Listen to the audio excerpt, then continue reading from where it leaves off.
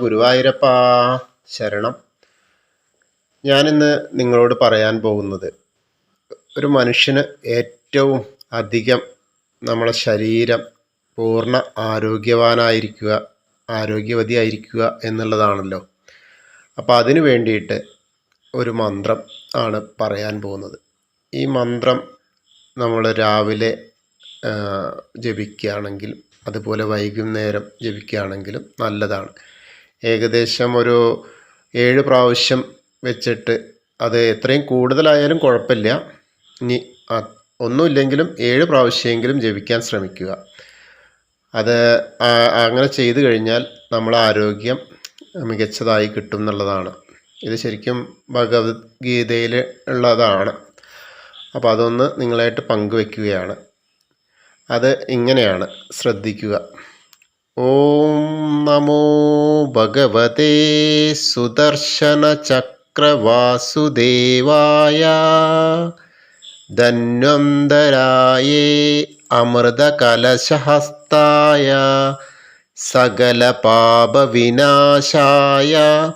സർവ അമാന വിനാശനായ ത്രിലോകപതയേ ത്രിലോകനിധയേ ശ്രീ മഹാവിഷ്ണു സ്വരൂപ ശ്രീ ഓം ശ്രീ ശതചക്ര ഓം ശ്രീ നാരായണ സ്വാഹ.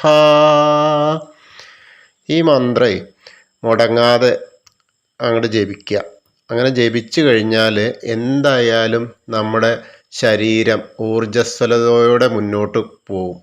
കാരണം നമ്മുടെ ശരീരത്തിൽ ഏത് തരം അസുഖങ്ങളുണ്ടെങ്കിലും ആ അമൃതകലശം കൊണ്ടുവരുന്ന ആ ദേവൻ നമ്മളേനെ രക്ഷിക്കും. അപ്പോൾ അതൊന്ന് ശ്രമിച്ചു നോക്കുക എല്ലാവരും. എന്നെ ശ്രവിക്കുന്ന എല്ലാവരും ഇതൊന്ന് ചെയ്തു നോക്കൂ. അതിൻ്റെ ഫലം എന്തായാലും കിട്ടും. അപ്പോൾ ഇതൊന്ന് നോക്കുക. കാരണം നമ്മളെ പുരാണങ്ങളിലും ഉപനിഷത്തുകളിലൊക്കെ വരുന്ന ഓരോ മന്ത്രങ്ങളും അതൊക്കെ ഉപയോഗിച്ചു കൊണ്ട് തന്നെയാണ് ഇന്ന് ഈ വക കാര്യങ്ങളെല്ലാം ചെയ്യുന്നത്.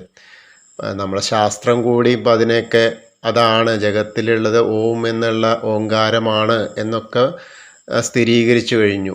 ആ നാസ പോലും ആ സൂര്യനിൽ നിന്ന് വരുന്നത് ഓം എന്നുള്ള ആ ഒരു മന്ത്രമാണ്, മന്ത്രധ്വനിയാണ് എന്നൊക്കെ ആവുമ്പോൾ നമ്മളെ ഗുരുവായൂരപ്പൻ, വൈകുണ്ഠവാസനായ ഗുരുവായൂരപ്പൻ നമുക്കെല്ലാവർക്കും നമ്മളെ സങ്കടങ്ങളെയൊക്കെ ഒഴിവാക്കാൻ വേണ്ടിയിട്ട് അവതാരം ചെയ്ത കൃഷ്ണസ്വരൂപം.